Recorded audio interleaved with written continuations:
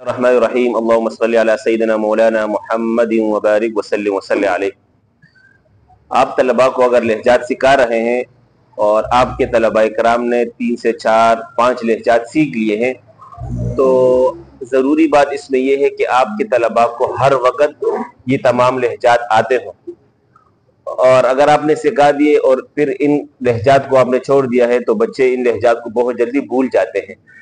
उसके लिए मैंने पहले भी एक तरीका बताया था कि इन लहजात को अपनी गिरफ्त इन लहजात पर काबू करना कैसे है, क्या तरीका है इसका।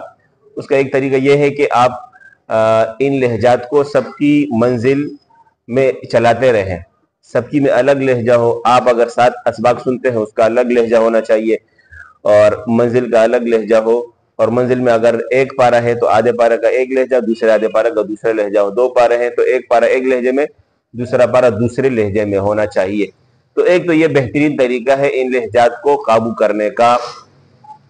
दूसरा तरीका यह है कि आप बच्चों को छुट्टी से 10 मिनट पहले बिठा दिया करें और खुद पढ़ाएं अगर आपको लहजात आते हैं।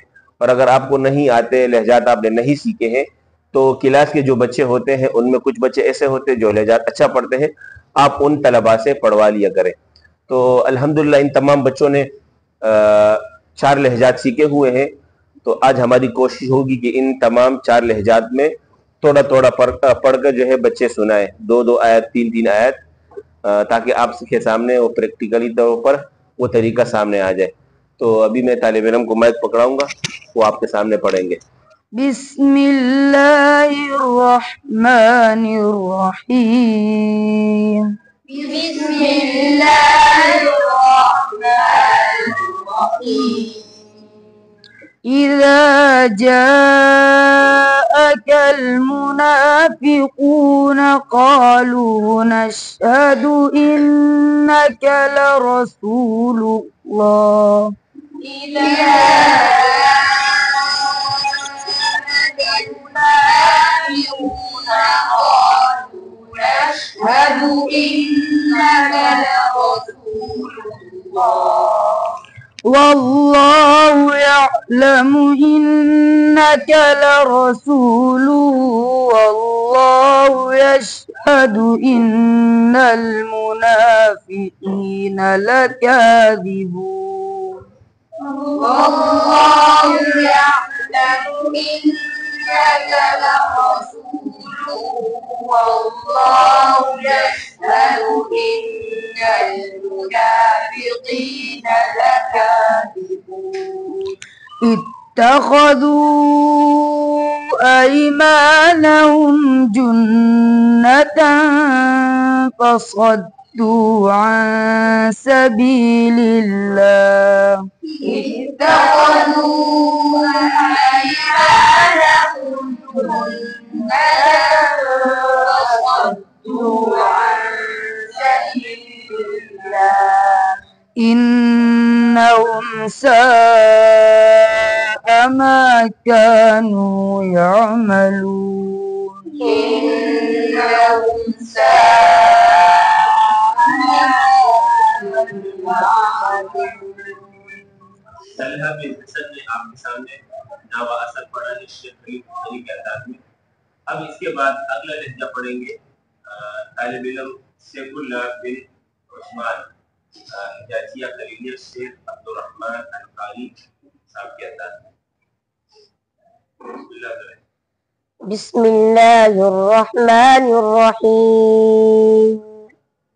बिस्मिल्लाहिर्रहमानिर्रहीम। वश्शम्सि वदुहाहा والشمس وضحاها والقمر إذا تلاها والقمر إذا تلاها والنهار إذا جلاها والنهار إذا جلاها والليل إذا يغشاها والسماء وما بناها والليل إذا يغشاها والسماء وما بناها والأرض وما طحاها والأرض وما طحاها ونفس وما سواها ونفس وما سواها فألهمها فجورها وتقواها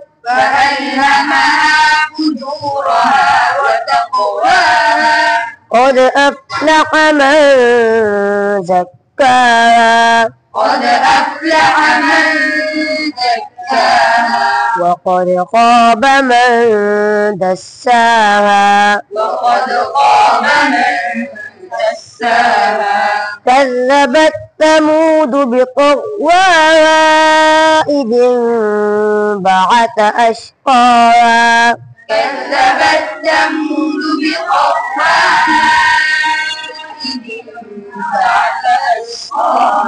فقال لهم رسول الله ناقة الله وسقياها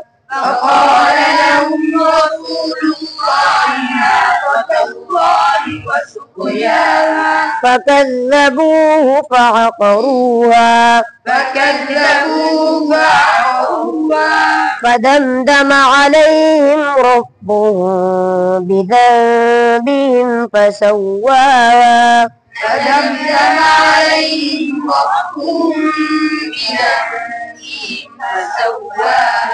ولا يخاف عقباها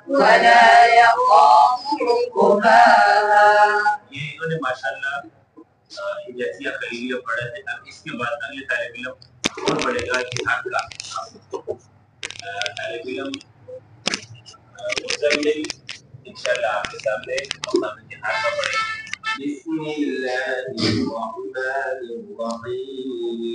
بسم الله الرحمن الرحيم ألم تر إلى الذين بدلوا نعمة الله كفرا وأحلوا قومهم دار البوار ألم تر إلى الذين بدلوا نعمة الله كفرا وأحلوا قومهم دار البوار جهنم يصلونها وبئس القرار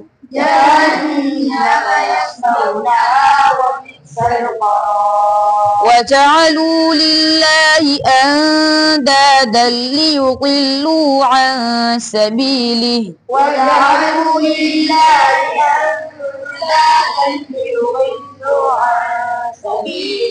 قل تمتعوا فإن مصيركم إلى النار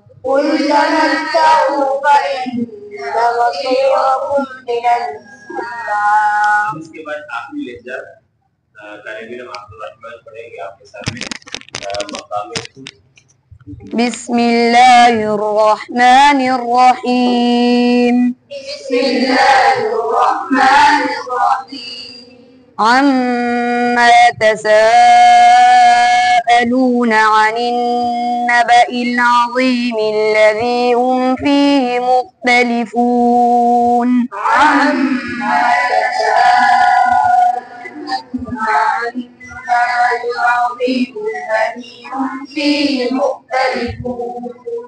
كلا سيعلمون ثم كلا سيعلمون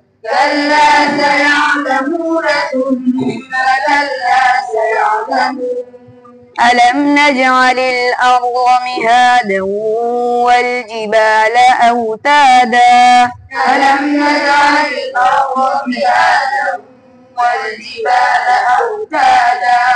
وخلقناكم أزواجا وجعلنا نومكم سباتا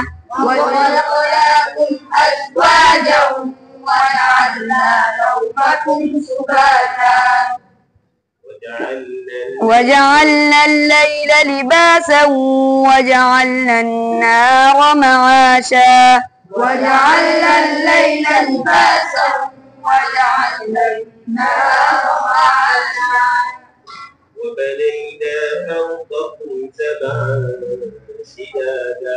وبنينا فوقكم سبعا شدادا